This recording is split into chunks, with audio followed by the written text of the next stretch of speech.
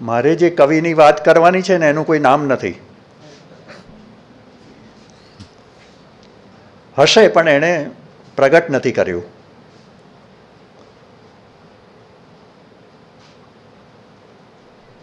અને આ જે આપણે રચના સાંભળી આ સમયની, એના કરતાં મારે જે રચના વિશે વાત કરવાની છે એ એનાથી 300 વર્ષ લગભગ જૂની છે. જ્યારે હજી આપણી ભાષા પણ વિકસતી આવતી હતી. પ્રેમાનંદની ભાષા સાંભળીએ છીએ તો આપણને બહુ જ પરિચિત લાગે છે. હજુ અત્યારે આપણા પરિવારમાં કે ઘરમાં બોલાતી હોય એ પ્રકારની લાગે છે. મારે જે રચના વિશે વાત કરવાની છે એની ભાષા તો હજી વિકસી રહી છે ગુજરાતી તરીકે. પૂરેપૂરી ગુજરાતી નથી થઈ એ પ્રકારની ભાષા છે. હજી અપભ્રંશમાંથી થોડી આગળ નીકળી રહી છે એ પ્રકારની ભાષા છે. અને ત્યારે આ ભાષાને કઈ રીતે કવિઓ ખીલવતા હતા, એમાંથી કઈ મજા લૂંટતા હતા, એમાં કયા પ્રકારની સર્જકતા દાખવતા હતા, એ માણવાની પણ બહુ જ મજા પડે એ પ્રકારની એક રચના વિશે મારે વાત કરવાની છે. ત્યારે પ્રમાણમાં મુક્ત એવો સમાજ હતો. અહીં જોઈએ છીએ પ્રેમાનંદમાં ત્યારે સમાજનું એક બંધિયાર સ્વરૂપ પણ છે, અનેક રીતે બાંધતું વ્યક્તિના વ્યવહારોને. અને મારે જે સમયની રચનાની વાત કરવાની છે એ વખતે સમાજ હજી મુક્ત છે. આપણને અત્યારે આશ્ચર્ય થાય, કયો સમાજ મુક્ત? જે વધારે પ્રાચીન હતો એ, કે જેમ જેમ અર્વાચીન થતા જઈએ છીએ તેમ તેમ મુક્ત થઈએ છીએ, કે બંધિયાર થઈએ છીએ? એવા પ્રશ્નો પણ આપણા મનમાં ઉઠે એ પ્રકારની આ રચના છે. વસંત વિલાસ એવું નામ છે એનું. અને ફાગુ એવી સંજ્ઞા પણ એની સાથે જોડાયેલી છે. ફાગુ એટલે ફાગણ ઋતુમાં ગવાતું કાવ્ય. ફલ્ગુ મૂળ શબ્દ તો સંસ્કૃત, અને એના ઉપરથી ફાગુ શબ્દ થયો. ફાગણ માસમાં જે રચના ગવાતી હોય એ ફાગુ. અને નરસિંહ પૂર્વેના સમયમાં આ પ્રકારની ફાગુ રચનાઓ આપણને ઘણી મળે છે. એ પછી પણ થોડા ફાગુ થયા છે જે આપણને પ્રાચીન ફાગુ સંગ્રહમાં ગ્રંથસ્થ થયેલા જોવા મળે છે. હવે કેમ આ રચનાનો આટલો બધો મહિમા છે એની વાત આપણે તો કરવી છે. વસંત વિલાસ ફાગુની 84 દુહાઓનું આ એક કાવ્ય છે અને એમાં માત્ર વસંત વર્ણન છે. જેમ સુદામા ચરિતમાં આપણે ઈષ્ટદેવ સ્તુતિથી થતો પ્રારંભ અનુભવ્યો, એમ અહીં પણ ઈષ્ટદેવ સ્તુતિ છે. ઈષ્ટદેવ કરતાં ઈષ્ટ શક્તિ સ્તુતિ છે આ રચનામાં. મધ્યકાળમાં એક પરંપરા હતી કે કવિઓ પ્રારંભમાં ભગવાનનું નામ લેતા, પછી ગુરુનું પણ નામ લે. ઈષ્ટદેવ સ્તુતિ લાંબી પણ આવતી અનેક રચનાઓમાં. જ્યારે આ એક એવી રચના છે જેમાં ઈષ્ટદેવ સ્તુતિ માત્ર એક જ ચરણમાં છે અથવા એક જ દુહામાં છે. કવિ લાઘવ સાથે એટલો બધો સંકળાયેલો છે કે એને તરત જ પોતાના કથયિતવ્ય પર જતા રહેવું છે. સમય નથી બગાડવો એમાં, એનો મહિમા જાજો નથી કરવો. એટલે એણે એક જ દુહામાં માત્ર ઈષ્ટદેવ સ્તુતિ કરીને વાત સમેટી લીધી. અને મેં કહ્યું એમ આ દુહાઓમાં લખાયેલી રચના છે. દુહો આપણો અત્યંત જૂનો એવો છંદ છે જે આપણી સંસ્કૃતિ સાથે જોડાયેલો છે. અને એ પહેલો દુહો જ્યારે બાંધે છે ત્યારે જોજો હવે કઈ ભાષા છે આપણી એ સમયની. જે મિત્રો અભ્યાસ કરીને આવ્યા છે એમને ખબર છે કે આ પ્રકારની ભાષા આપણે ત્યાં હતી. पहिलऊ सरस्वती અરચીશું રચીશું વસંત વિલાસું. આ ગુજરાતી છે, અપભ્રંશમાંથી છૂટી પડી રહેલી ગુજરાતી છે. અને એ જે તબક્કો છે એ સંવત 1400ની આસપાસનો છે. જે પહેલી પ્રત મળી સંશોધકને કેશવ હર્ષદ ધ્રુવને, તો 4-5 હસ્તપ્રતો હતી આની. જે પહેલી પ્રત મળી એ સંવત 1508ની છે. અને એમાં તો એક કવિનું નામ છે પાછું, રત્નાકર નામના એક કવિ, એક વ્યક્તિએ લખેલી આ પ્રત છે. અને આપણે તો કહ્યું કે આ અજ્ઞાત કવિ છે, તો આ રત્નાકર નામ આવ્યું ક્યાંથી? એ જે પ્રત મળી છે એમાં કેટલાક સાથે સાથે ચિત્રો છે, અને ચિત્રો આ રત્નાકરે કર્યા છે. એટલે ખરેખર તો રત્નાકર એ પ્રતનો ચિત્રકાર ઉપરાંત લહિયો છે, કવિ નથી. એ પછી પુરવાર પણ થયું છે પછી આગળ જતા. નામો તો પાછા બીજા હોવાની પણ કલ્પના આપણે ત્યાં કરવામાં આવી છે, એની વાત આપણે પછી કરીશું. તો એ 1508ની પહેલી પ્રત છે. પણ પછી ભાષા પ્રમાણોને આધારે સંશોધકોએ એવું પુરવાર કર્યું કે અહીં જે ભાષાનો ઉપયોગ થયો છે, જે વિભક્તિ પ્રત્યયો છે, જે લિંગ વ્યવસ્થા છે, એ બધું જોતા આ ભાષા અપભ્રંશના થોડા આગળના સમયની, અપભ્રંશમાંથી છૂટી પડી રહેલી ગુજરાતી ભાષા તરફની ગતિ બતાવતો આ તબક્કો છે. અને એ સમય ઈસવી સંવત 1400થી 1425 વચ્ચેનો હોવાનો સંભવ છે. તો આ સમયની આ કૃતિ છે. पहिलऊ सरस्वती અરચીશું રચીશું વસંત વિલાસું. પહેલા સરસ્વતીની અર્ચના કરીશ અને પછી વસંત વિલાસની રચના કરીશ. વાત પૂરી થઈ ગઈ. તરત જ એને જે કહેવું છે કહી દીધું. સરસ્વતીની અર્ચના કર્યા પછી તરત જ હું વસંત વિલાસની રચના કરીશ. સરસ્વતીના થોડા વિશેષણો આપ્યા છે, ઓળખ આપી છે. વીણી ધરી કર દાહિણી વાહણી હંસ લઉ જાસુ. જેણે વીણા કરમાં ધારણ કરી છે અને જેનું વાહન હંસ છે, એવી સરસ્વતીની પહેલા અર્ચના કરીશ અને પછી વસંત વિલાસની રચના કરીશ. અને તરત જ વસંતના વર્ણનનો પ્રારંભ. પહુતીય શિવરતી સમરતી હવ ઋતુ તણીય વસંત દહદિશી પસરઈ પરિમલ નિર્મલ થયા દિશી અંત. કેટલુંક આપણને નહીં સમજાય આ શું છે. પહુતીય શિવરતી સમરતી. પહુતીય એટલે આવી પહોંચી. શિવરતી શિવરાત્રિ.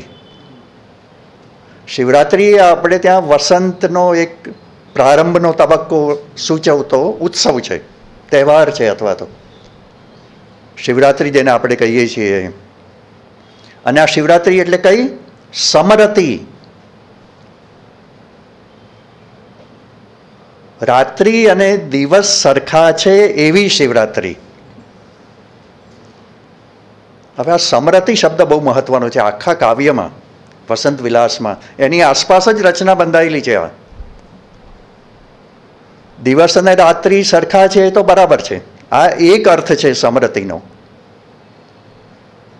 બીજો અર્થ છે સમાન રતિનો, સ્ત્રી અને પુરુષ વચ્ચેનો એક સમાન એવો રતિભાવ.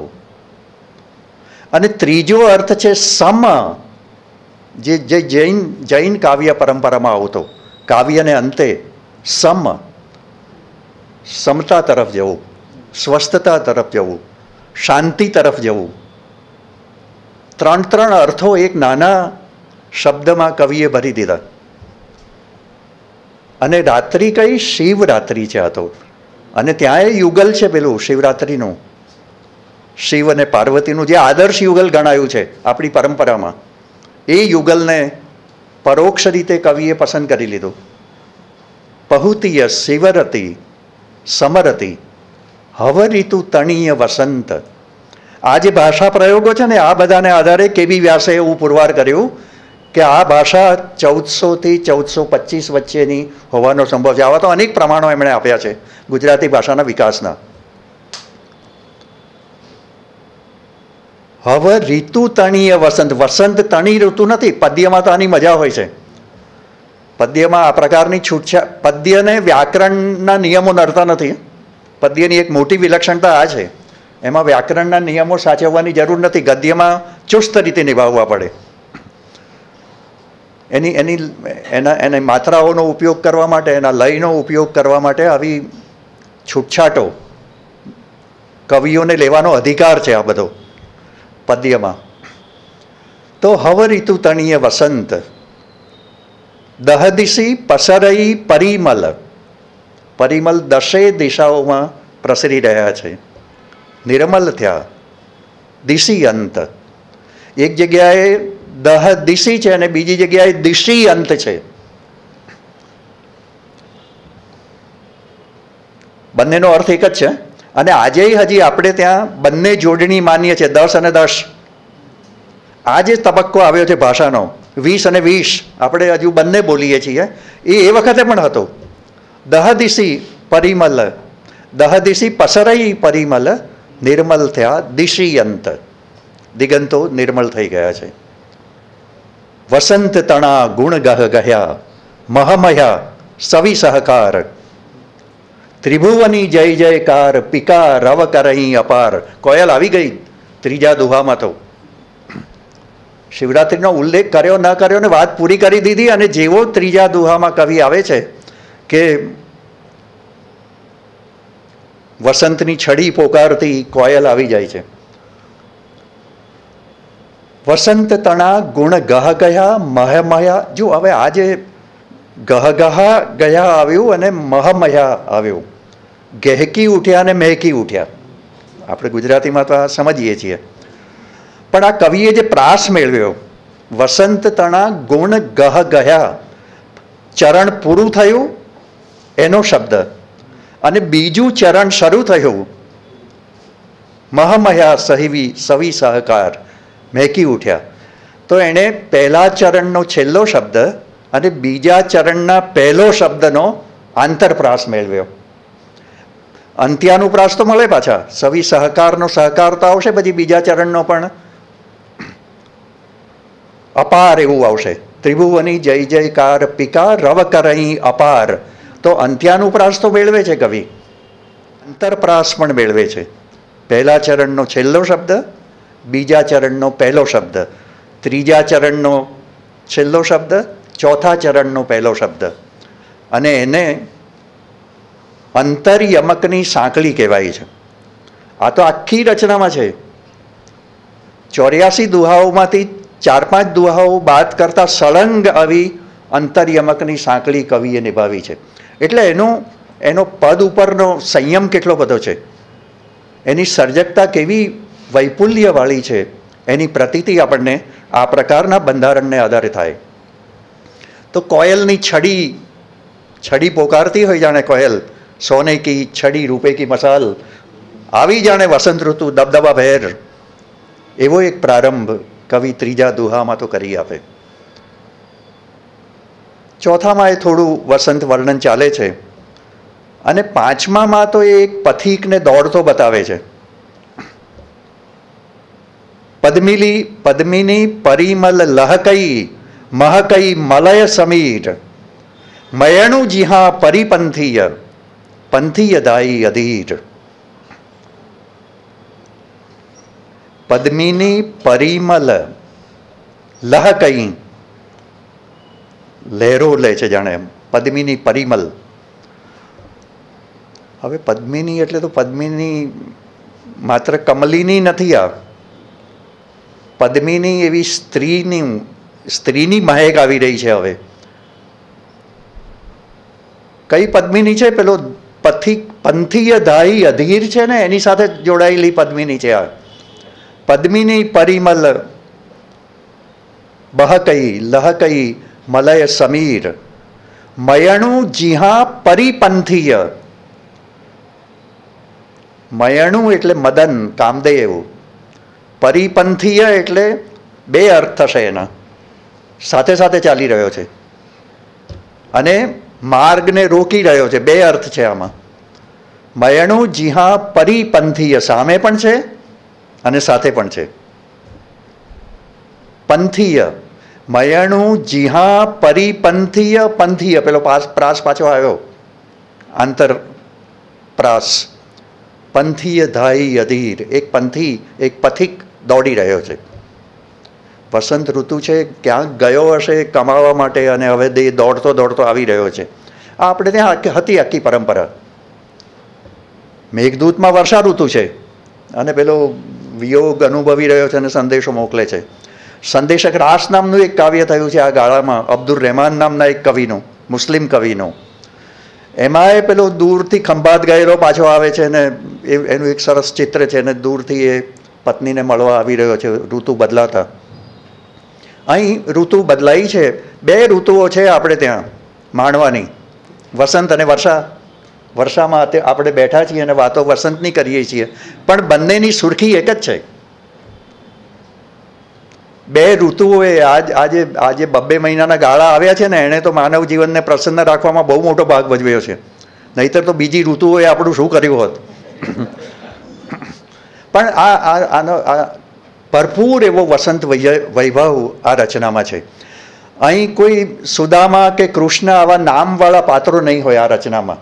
આ એવી રચના છે જ્યાં નાયક કે નાયિકા નથી, એમના કોઈ નામ નથી. અહીં નથી પ્રેમાનંદ જેવું કર્તૃત્વ, જે ભટ્ટ પ્રેમાનંદ પોતાનો તો ઉલ્લેખ કરે છે લખતા લખતા, વીર ક્ષેત્ર વડોદરું ભટ્ટ પ્રેમાનંદ નામ. અહીં આ કવિએ નામ નથી આપ્યું. એ વખતે એક પરંપરા આ પણ હતી કે કવિઓ પોતાના નામ ગુપ્ત રાખતા. આપણું કર્તૃત્વ નથી, ઉપરવાળો કરાવે છે, આપણે કરીએ છીએ, આ જ ભાવ હતો. એટલે આવો કર્તવ્ય ભાવ એ વખતે કેટલાક કવિઓ નહોતા રાખતા. એ શક્ય છે કે આ કવિએ પણ આ જ પસંદ કર્યું હશે. કેટલાક એવું કહે છે કે એ વખતે પરિસ્થિતિ જ એવી હતી કે આવું લખનારાઓ પોતાનું નામ છુપાવતા, એને કારણે પણ આ કવિએ પોતાનું નામ છુપાવ્યું હશે. કેમ કે ત્યારે આખું સાહિત્ય મોટે ભાગે ધર્મ ભાવનાથી ભરેલું હતું અને મુનશીએ તો કહી દીધેલું કે આ સાહિત્ય પરલોકાભિમુખ છે. બધા ઉપરની જ વાતો કરે છે, અહીંની વાત તો કોઈ કરતું જ નથી.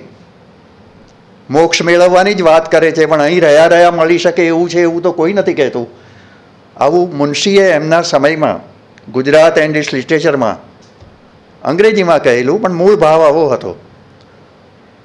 ત્યારે એની સામે ઊભી રહે એવી કેટલીક રચનાઓમાંની આ એક છે, વસંત વિલાસ, જેમાં ક્યાંય સરસ્વતીના નામ સિવાય ધર્મની વાત નથી. એવું આ જીવનની પ્રસન્નતાને પ્રગટ કરતું કાવ્ય છે.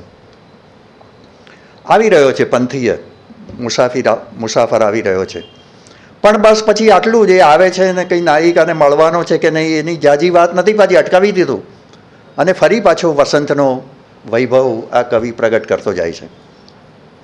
5મા દુહામાં આવી ગયો એને પેલો ઉલ્લેખ કે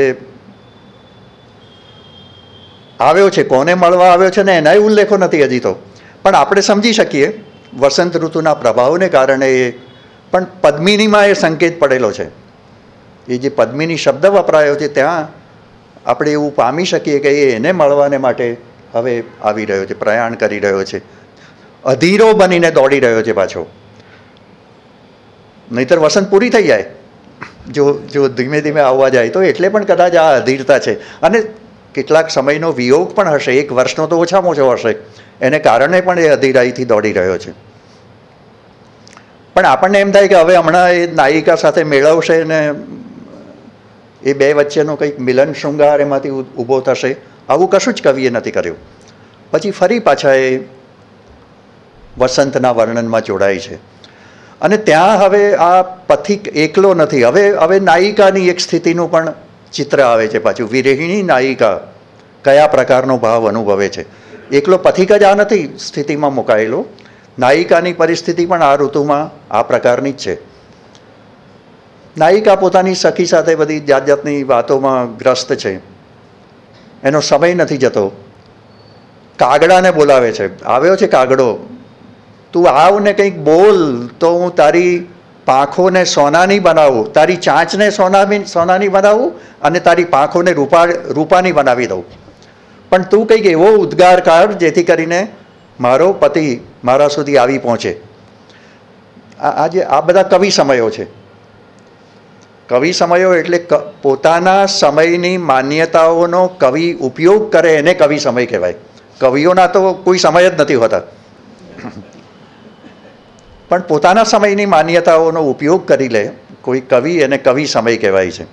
તો આ કાગડો બોલે મોભારે બેસીને બોલતો હોય તો એમ લાગે કે કોઈ મહેમાન આવશે, આવું કહેવાતું.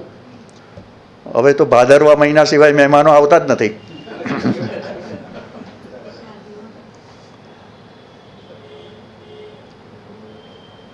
એને જાત જાતના આવા સંકેતો પોતાના શરીર દ્વારા મળતા જાય છે નાયિકાને.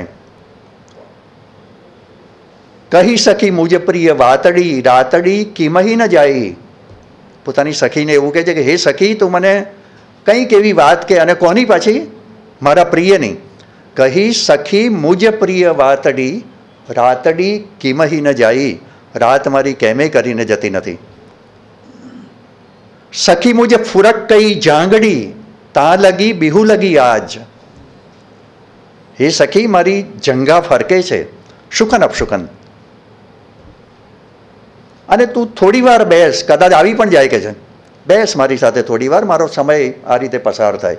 તો વિરહિણી નાયિકાના થોડા ચિત્રો કવિ આપતા જાય છે કે આની સ્થિતિ પણ આટલી જ વિકટ છે જેમ પેલો અધીરો દોડી રહ્યો છે એમ. અને આવે છે પછી, શકુન વિચારી સંભાવ્યા આવ્યા તિહા વાલંબ. શુકનને બરાબર ફોલો કરતા કરતા સાચા પાડવા માટે, શકુન વિચારી સંભાવ્યા આવ્યા તિહા વાલંબ. હવે આપણને એમ લાગે છે કે આ બે મળ્યા એટલે ચોક્કસ આ વસંતને માદક બનાવશે આ કવિ, કોઈ માદક ચિત્રો ઊભા કરશે, કશુંક ઇરોટિક એવું ચિત્ર આ રચનામાંથી આપણને મળશે. પણ સંયમ પણ આ કવિનો એટલો જ પ્રશસ્ય છે, સ્તુત્ય છે. એ આખી વાતને ત્યાં સમેટી લઈને માત્ર એવો સંકેત આપે છે કે ના, આ તો મારાથી નહીં થઈ શકે. આટલું ઘણું છે. જે આ બે મળ્યા છે એનો હું ઉલ્લેખ કરું છું, એ જ મારા માટે તો પૂરતું છે. આનાથી આગળ મારે કશું કહેવું નથી. એમ કરીને વાતને છોડી દે છે, આપણા ઉપર છોડે છે, અથવા કે આ બે વચ્ચે પછી શું થયું હશે. અને તરત જ હવે બે વ્યક્તિઓ વચ્ચેના મિલનને છોડીને અનેક વ્યક્તિઓના મિલનની ક્ષણોને ઊભી કરે છે. એ વખતે એવું હતું, સામટી વનકેલી થતી, અનેક સ્ત્રી પુરુષો વનમાં સાથે જ જતા. અને આ ફાગુ છે ને એ તો ગાવાના હતા, તાલીઓથી પણ ગવાતા અને દાંડિયાથી પણ ગવાતા. બે પ્રકારના ફાગુ હતા, જેને આપણે આજે હવે દાંડિયા રાસ ને તાલી રાસ એ રીતે ઓળખીએ છીએ, ને ફાગુ પણ એ જ રીતે ગાવાના રહેતા. અને સમૂહમાં સ્ત્રી પુરુષો વનમાં ગાવા માટે જતા, વસંતનું સ્વાગત કરવા માટે જતા. કયો મુક્ત સમાજ હતો આપણે કહીએ છીએ ને, એ મુક્ત સમાજનું આ ચિત્ર કવિ વધારે આપે છે. હવે આપણને એમ લાગશે કે હવે આ મુક્ત સમાજમાં જરા વધારે કશુંક એવું ઉન્માદી વાતાવરણ આવશે કે ચિત્ર આવશે, પણ ના. વાતડી કહી ન જાય એમ એણે પહેલાં કહી દીધું છે. મારાથી આ બધી વાત તો કહેવાશે નહીં, આ બધા મળી ગયા એની હું છોડી દઉં છું. હવે જે મિલન રચાયું એમાં પણ કવિને તો અનેક પ્રકારના પ્રશ્નો છે. મળ્યા છે બધા સ્ત્રી પુરુષો વનમાં, પણ વિસંવાદ ઘણો છે, હજી સંવાદિતા નથી. અને આ વિસંવાદની વાત આ કવિ સીધી નથી કરતા. હવે એક બીજા અલંકારનો એ આશ્રય લે છે. અલંકારો બીજા તો ઘણા છે આ રચનામાં, જાત જાતના.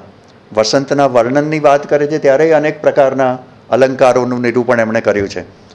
જેમ કે એક જગ્યાએ વસંતનું એ વર્ણન કરે છે, કેસુડાની કળી કયા પ્રકારની દેખાય છે, તો એક સરસ દુહો એમણે કર્યો છે. કેસુય કલી અતિ વાંકુડી આંકુડી મયણચી જાણી. વિરહીણા ઈણી કાલીજ, કાલીજ કાઢે તાણી, કેસુય કલી અતિ વાંકુડી. કેસુડો તો આપણે વસંતમાં જોતા હોઈએ છીએ ને, વિજયનગરમાં તો જાત જાતના બધા એક સાથે હાર મળવામાં, ઈડર પ્રદેશમાં સાબરકાંઠામાં આપણને જોવા મળે કેસુડાઓ. ગાંધીનગરમાં એ થોડા છે, પણ ગાંધીનગરમાં કેસુડા સામે જોવાની ફુરસત નથી કોઈ પાસે. તો આમ પેલું વાંકું હોય છે પોપટની ના ના ના, તો લાગે છે કેવું, આંકુડી મયણચી જાણી, કામદેવનો અંકુશ ના હોય જાણે. ઉત્પ્રેક્ષા અલંકાર કર્યો છે આમ. તો મહેન્દ્રસિંહ કેટલીક મુદ્રાઓ કરતા હતા ને, એટલે મને પછી આમ તો બરાબર જાણે કામદેવનો અંકુશ હોય એમ કેસુડાની કળી દેખાઈ રહી છે. અને પાછું કરે છે શું, આ અંકુશ કરે છે શું, અથવા આ આંકડી કરે છે શું. આંકડી બોલીએ ત્યારે પાછું આપણા તો સંદર્ભો અત્યારે બદલાઈ જાય છે, એના અર્થો બદલાઈ ગયા છે ને. વિરહિણીના ઈણી કાલીજ, હવે કાલીજનો શ્લેષ કર્યો આને. પહેલામાં ઉત્પ્રેક્ષા કર્યો, મદનનો અંકુશ ના હોય જાણે. આંકુડી મયણચી જાણી, ઉત્પ્રેક્ષા અલંકાર કર્યો. અને હવે જે કરે છે શ્લેષ કરે છે. વિરહિણીના ઈણી કાલીજ, એ જ ક્ષણે ઈણી કાલીજ, કાલીજ કાઢે તાણઈ, કલેજું ખેંચી કાઢે છે. તો કાલીજ ઉપર શ્લેષ કર્યો, એ જ ક્ષણે કાળજું ખેંચી કાઢે છે જાણે આ આંકડી. તો આવા તો નાજુક વર્ણનો ઘણા છે પાછા વસંતના. અને કોયલ તો એમને વારંવાર 2-4 વાર આ દુહાઓમાં યાદ આવી છે. પણ હવે જે અલંકારનો ઉપયોગ કરે છે વિસંવાદ બતાવવા માટે, જેમ કે એણે ભ્રમર અને પુષ્પોને નિરૂપવા માટે પસંદ કર્યા, 2 આધારો પસંદ કર્યા, ઓબ્જેક્ટિવ કો રિલેટિવ 2 પસંદ કર્યા વસંતનું વર્ણન કરવા માટે. ભ્રમર અને પુષ્પો કે લતાઓ. મેં કહ્યું ને વિસંવાદ છે આ બધા સ્ત્રી પુરુષોમાં. કોઈ જગ્યાએ 2 જણનો મેળ નથી પડતો. કોઈમાં નાયિકા બહુ નાની છે અને નાયક વધુ પડતો ઉંમરવાળો છે. આવા બધા ભેદ છે. આ બધાનો મેળ કઈ રીતે પાડવો, એની પણ તું અલિયલ મ ધંધોલી,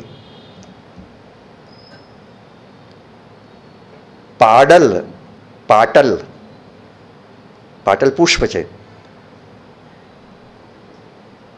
પાડલ છઈ અતિ કુંવલી, અતિ કોમળ છે. પાટલની કળી અતિ કુમળી છે, અતિ કુંવલી. તું અલિયલ, અલિયલ એટલે ભમરો. તું અલિયલ મ ધંધોલી, એને દંડોળીશ નહીં. તું ગુણી વિદ્યો તે સાચવવું, તું ગુણી વિદ્યો તે સાચવવું. તું એના ગુણથી એના રૂપથી વિંધાયેલો છે તે સાચવું. કાચવું મહિમ વિરોલી, કાચું દહીં વિખેરી ના નાખતો. જો એને કરવું છે શું, એને વિસંવાદ બતાવવો છે. શેનો વિસંવાદ છે? નાયક વયમાં મોટો છે, નાયિકા વયમાં નાની છે. કહેવા માટે પસંદ શું કર્યું? ભ્રમર અને પાટલ કલી એણે ઉપાદાન તરીકે પસંદ કર્યા. આ જે અલંકાર છે એને અપ્રસ્તુત પ્રશંસા અલંકાર કહેવાય છે. નામ બહુ અઘરું છે આ બધું. અથવા અન્યોક્તિ અલંકાર કહેવાય છે. 2 નામ છે એના, અન્યોક્તિ અલંકાર અથવા અપ્રસ્તુત પ્રશંસા અલંકાર. એટલે અન્ય ઉપાદાનોનો આશ્રય લઈને વ્યંજિત અર્થ સુધી પહોંચવું, એવો એનો અર્થ થાય આ અલંકારનો. તો આવી અન્યોક્તિઓની તો આ રચનામાં બહુ જ મજા છે. અને લગભગ 72થી શરૂ કરીને 83માં દુહા સુધી સળંગ ચાલે છે. એ જે છેલ્લા 11-12 દુહાઓ છે એમાં એક સાતત્યપૂર્ણ રીતે એણે આ અલંકારની માવજત કરી છે. કઈ રીતે કરી છે? હજુ બીજા એકાદ બે દૃષ્ટાંત જોઈએ. એક થોડી બઉલ ને બેઉલ. આપણે ધીમે ધીમે વાત કરીશું એની, કેમ કે ભાષા આપણને થોડી અપરિચિત લાગે ને. એક થોડી બઉલ ને બેઉલ. બેઉ લતા નવ ભેઉ. એક થડ ઉપર એક થોડી. બઉલ ને બેઉલ, બકુલ અને વાળો. વાળાનું પણ આપણે ત્યાં તો વાળો તો એક જમાનામાં કુલર નહોતા ને ત્યારે પાણીમાં લગ્ન સમારંભોમાં વાળા નાખવામાં આવતા, સુગંધી થાય અને જરા એનો આનંદ પણ લેવામાં આવતો અને એની ઠંડક પણ થાય બંને. જે ખસ તરીકે ઓળખાય છે આજે. ખસનોય મહિમા છે ને, એટલે એ તો એક થોડી બઉલ ને બેઉલ, બે વેલ એક થડ ઉપર વળગેલી છે. મૂળ વાત આટલી છે. એક થોડી બઉલ ને બેઉલ. બેઉ લતા, જો બેઉલ બેઉલનો પણ એને શ્લેષ કર્યો, પણ ત્યાં જ છૂટું પડે છે. બેઉ લતા, બંને લતાઓ છે. નવ ભેવું, ભેદ નથી, ઓળખાય એવું નથી, એટલે ખબર પડે એવું નથી. બંનેનું એક સરખા જ પેલા આકાર હોય એને કારણે એ પકડાય એવું નથી. ભ્રમર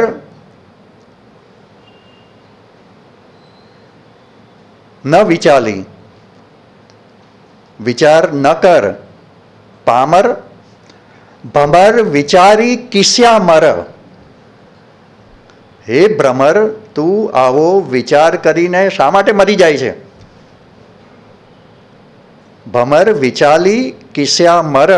પામર વિલસી ન બેવું. હે ભ્રમર, તને મૂંઝવણ થાય છે કે આ બેમાંથી કોને વળગું એમ, કઈ વેલ ઉપર હું ગુંજારવ કરું, આસપાસ ફરવું. શા માટે વિચારીને મરે છે કે જે બંને સાથે મજા કરને? આવું વિલસી ન બેવું તો આવું પણ છે. પણ વાત મેં કહ્યું એમ ભ્રમર અને પુષ્પોનું આલંબન લઈને કવિ કરી રહ્યો છે. તો મેં કહ્યું એમ આવા 72 થી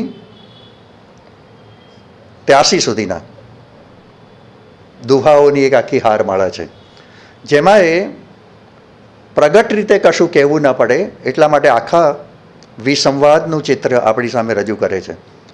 પણ છેવટે તો આમાંથી રચવાનો છે સંવાદ.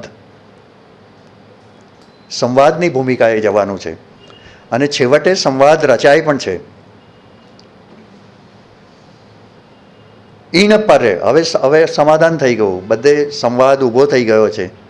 ઈણ પરી નિજ પ્રિય રંજવઈ, મુંજ વયણ ઈણી ઠાઈ.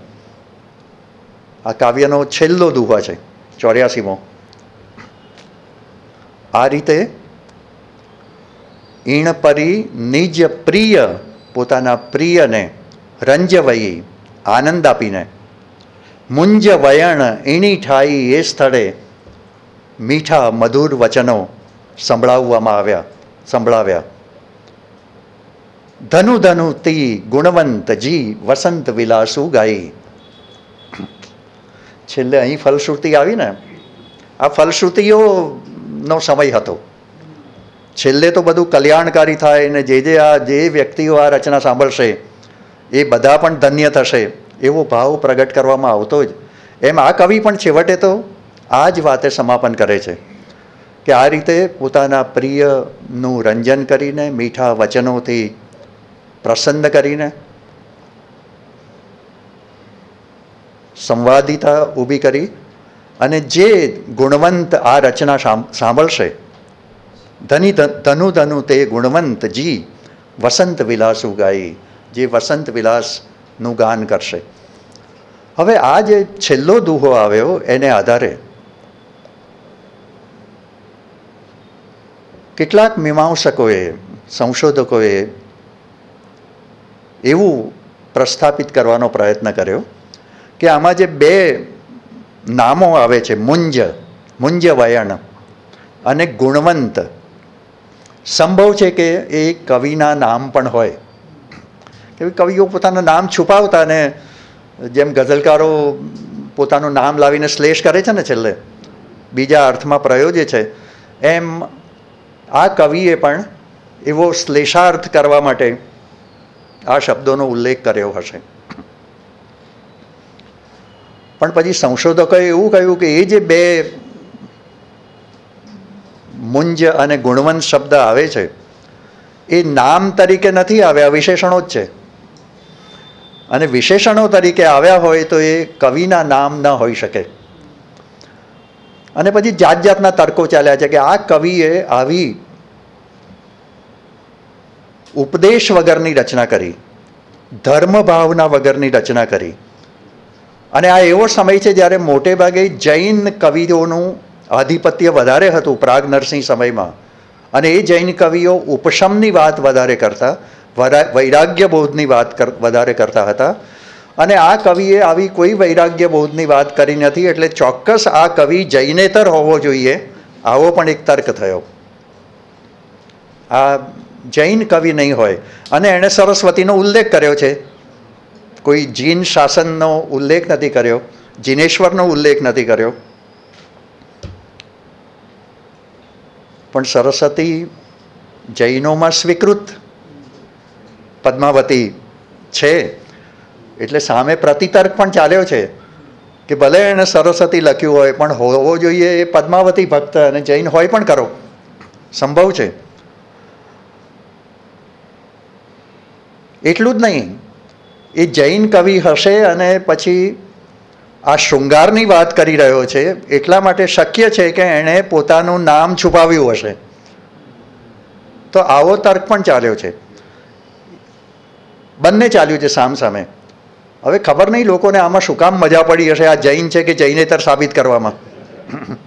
પણ એ સમય હતો આવો કે આટલા બધા જૈન કવિઓ પ્રાગ નરસિંહ યુગમાં પ્રવૃત્ત હતા, તો શક્ય છે કે કોઈ જૈન કવિએ જ આવી રચના કરી હોય.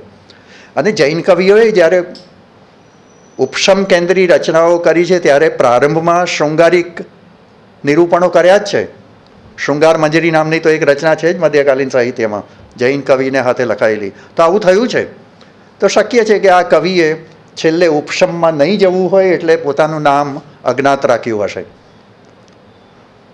આપણે માટે વધારે મહત્વનું એ છે કે આ નામ અજ્ઞાત રહ્યું છે એને કારણે આપણને માત્ર ને માત્ર એક કૃતિનું મૂલ્યાંકન કરવાની તક મળી છે આજ સુધી. અને કૃતિલક્ષી સમીક્ષાની જ્યારે વાત થઈ હોય, એનો મહિમા થયો હોય ન્યૂ ક્રિટિસિઝમમાં ખાસ કરીને, ત્યારે તો વસંત વિલાસ જેવી રચના બહુ જ પ્રસ્તુત બને કે આવી રચનાનું કેટલું બધું મૂલ્ય હોય કે આપણે એના સિવાય બીજી વાત જ ના કરી શકીએ એવું કવિએ વાતાવરણ ઊભું કર્યું છે. પહેલી પંક્તિથી વાત કરો ને છેલ્લી પંક્તિ સુધી પહોંચો, વચ્ચે બીજી કોઈ આળ પંપાળ નહીં. સમાજ કેવો હશે ને કેવો નહીં, કયા સમયની રચના હશે તો ભાષાને આધારે નક્કી કર્યું, નહીંતર તો એ આમાંથી પકડાતું નથી. તો કોઈ પાત્રોના નામ, હિન્દુ નાયક નથી, કોઈ ઈશ્વર નથી, ત્યારે તો નાયક નાયિકા આવા પણ આવતા, રાજા રાણી આવે, આવું કોઈ જ નથી. અને કેવળ સામાન્ય મનુષ્યત્વને કેન્દ્રમાં રાખીને, એના ભાવોને કેન્દ્રમાં રાખીને આ કવિએ આ રચના કરી. તો એ રીતે રચનાનું મૂલ્ય ઘણું છે.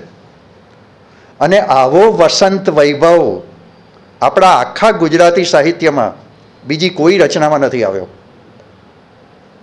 એ જે વસંત વૈભવ, એનો વૈવિધ્ય, એની રમણા આખી વસંતની, આ વસંત વિલાસ નથી, વસંત વૈભવનું કાવ્ય છે. એ વખતે આ શીર્ષક એને જરા યોગ્ય લાગ્યું હોય.